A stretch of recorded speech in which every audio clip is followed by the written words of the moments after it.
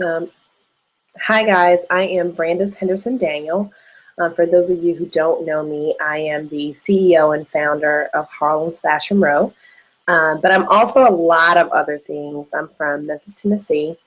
I also recently started a coaching group, which is called the Cliff Jump, which is all about taking your ideas from an idea to execution.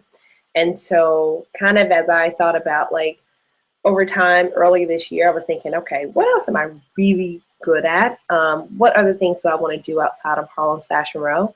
And the thing that really hit me was that, okay, I think I am really great with execution. So, anywho, so that's another one of my businesses, and I have all kind of other things that are in the works that I will share with you guys. But basically, I am doing a 21-day challenge with a friend of mine. Her name is Kristen Keys, and she's also doing her own challenge, which is not YouTube, but mine was YouTube because this is something, quite honestly, that I've been a little bit afraid to do because I don't think that I sound right and I don't think that I look quite right on camera.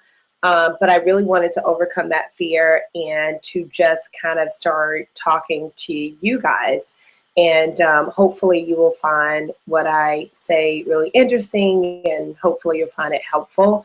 My goal is at the end of the day is to hopefully inspire you and motivate you to, do your own thing, because this is a brand new venture for me, but here I am. So I was thinking today about what am I going to talk to them about on today? What do I want my very first post to be about? And last night I had a coaching session with a few ladies over the phone, and the question that came up was two different questions, but they were basically the same thing, and they wanted to know kind of how to manage their time.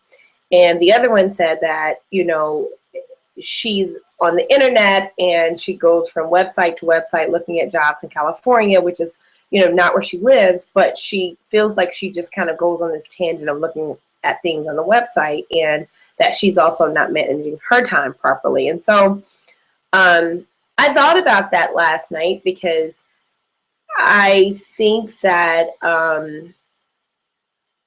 this sounds so harsh, but discipline is one of those things that is a requirement in order to be successful. And I quit my job in 2011. I was a apparel production manager. I quit that job and I started to do Harlem's Fashion Row full time.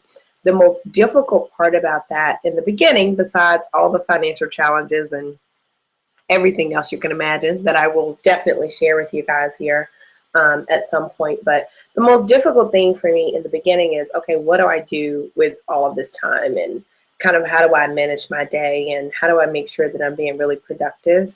And that was tough for me. So, some of the things that I had to learn how to do was kind of set my day up in a way where I know I'm starting out with productivity. So one of those things for me was I have an 8 a.m. call every single morning with the HFR interns, and that requires me to be prepped and ready for that meeting. It also, requires that I kind of get a jump start on my day because I have to actually run that meeting. And today, my other challenge was that I would wake up at 5 a.m. because that's a really great time for me to work out.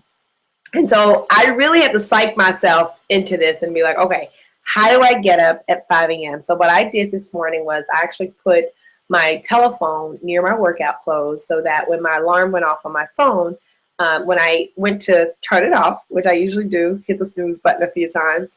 But this time when I went to go turn it off, instead of turning it off, what I did was I, hit the button, but then I just put on my clothes. I didn't even think about it. I just put on all my gym clothes. And by the time you have on all your gym clothes, you're not going to get back in the bed. So we have to do these things to ourselves that are mind tricks to basically master ourselves. And we are the absolute hardest.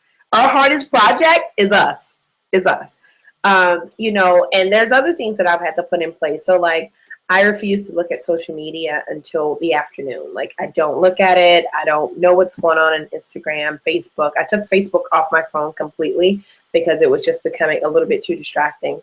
I check my emails in the morning, but I don't check my emails every 5 seconds. So I might check my emails when I wake up, then I'll check my emails at noon, and then I'll check it like in the afternoon. But you have to kind of put these things in place so that you really kind of figure out how to master your time. So my first suggestion to you guys is going to be write out a plan. And, the young ladies who I spoke with yesterday, I told them, if you don't have kind of like something to do, if you decide, okay, I'm going to wake up every morning at 5 a.m., you have to know, okay, what am I going to do with that time? So one of the ladies said, I want to spend an hour in the morning before I go to my job working on my side project.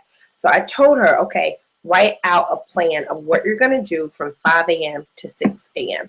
If not, you'll kind of get up and you'll just be trying to figure it out, and that's not the time to figure out when you're sleepy and groggy. But if you do it the night before, you write out a to-do list for whatever it is you're going to do during that hour, you will be so much more productive.